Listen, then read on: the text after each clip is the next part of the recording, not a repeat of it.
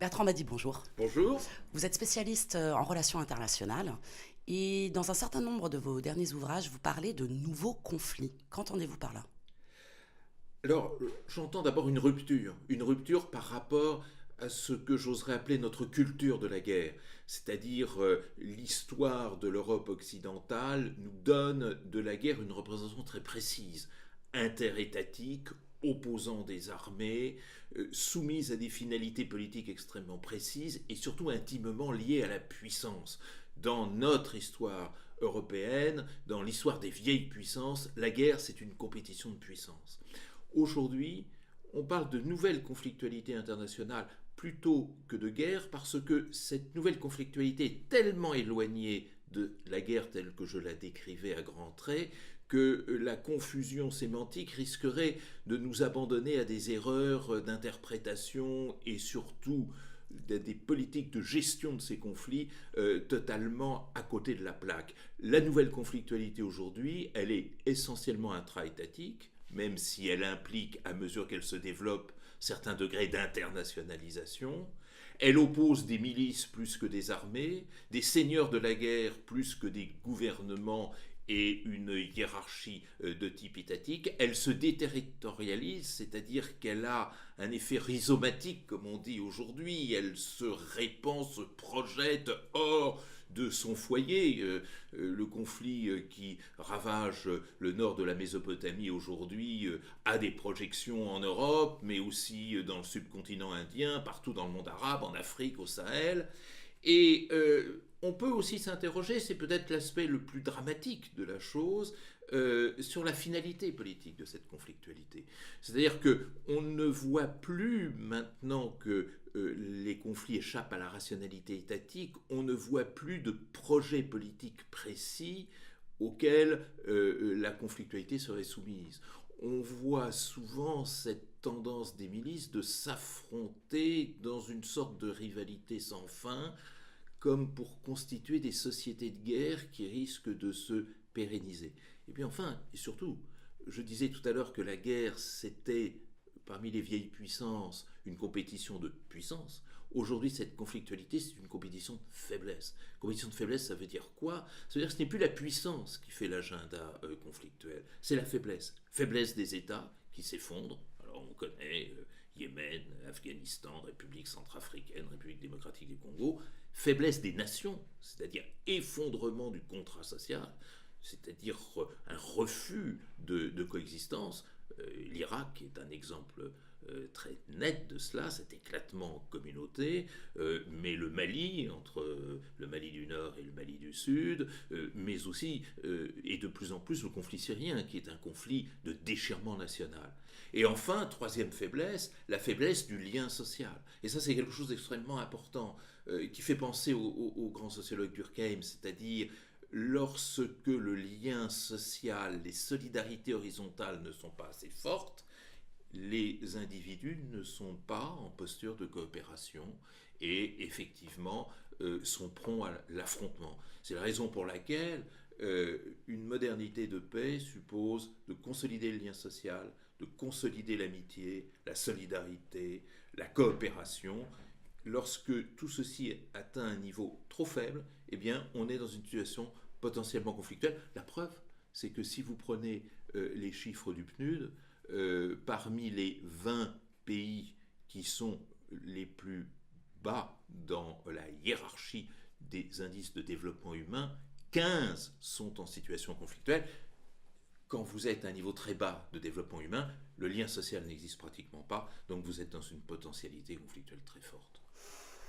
En lien justement à ce que vous disiez précédemment, le drame aujourd'hui, c'est que les conflits durent de plus en plus longtemps. On voit une impasse au niveau politique, diplomatique. On est plus dans une gestion qu'une résolution de conflits. Est-ce que pour vous, c'est lié à tout ce que vous disiez précédemment ou est-ce qu'il y a d'autres choses peut-être que vous souhaiteriez développer pour expliquer un peu cette panne diplomatique à réussir à arriver à la paix et comment aujourd'hui justement mettre fin à ces conflits qui n'en finissent plus?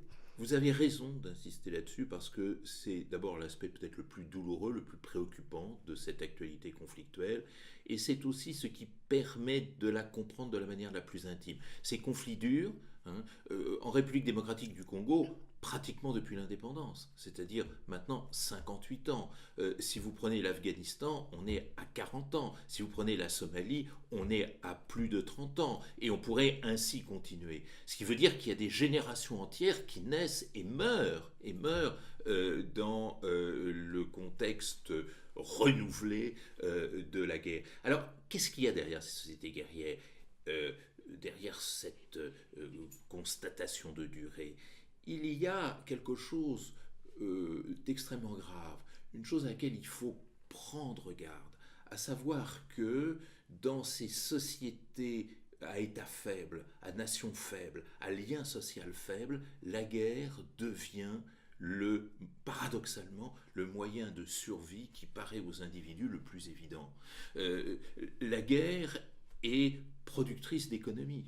C'est-à-dire que lorsqu'une guerre se prolonge dans une société, surtout dans des sociétés dont le sous-sol est riche, mais dont la vie quotidienne des individus est extrêmement précaire, l'économie de guerre s'emballe à travers les pillages, à travers les flux mafieux et les entrepreneurs mafieux qui s'en donnent à cœur joie, et à travers tous ceux qui gèrent au quotidien les nécessités économiques du pays. Deuxième élément, la guerre est pourvoyeuse d'autorité politique. Là où les États s'effondrent, les seigneurs de la guerre prennent le relais et constituent une société d'ordre qui souvent donne l'impression de sécurité à ceux qui se placent sous la protection des seigneurs de la guerre, ce qui n'était pas possible avec l'État défaillant. Et puis, et c'est là vraiment que l'on touche le fond, paradoxalement, la société de guerre, qui est une société en principe de déchirement permanent, apparaît comme une sécurité sociale.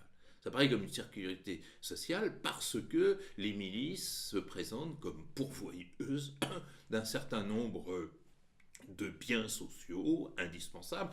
Prenez un des aspects les plus tragiques de la chose, les enfants soldats.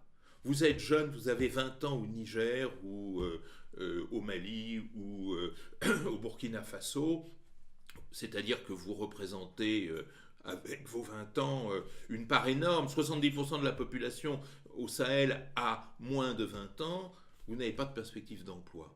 Vous avez en fait deux choix d'avenir.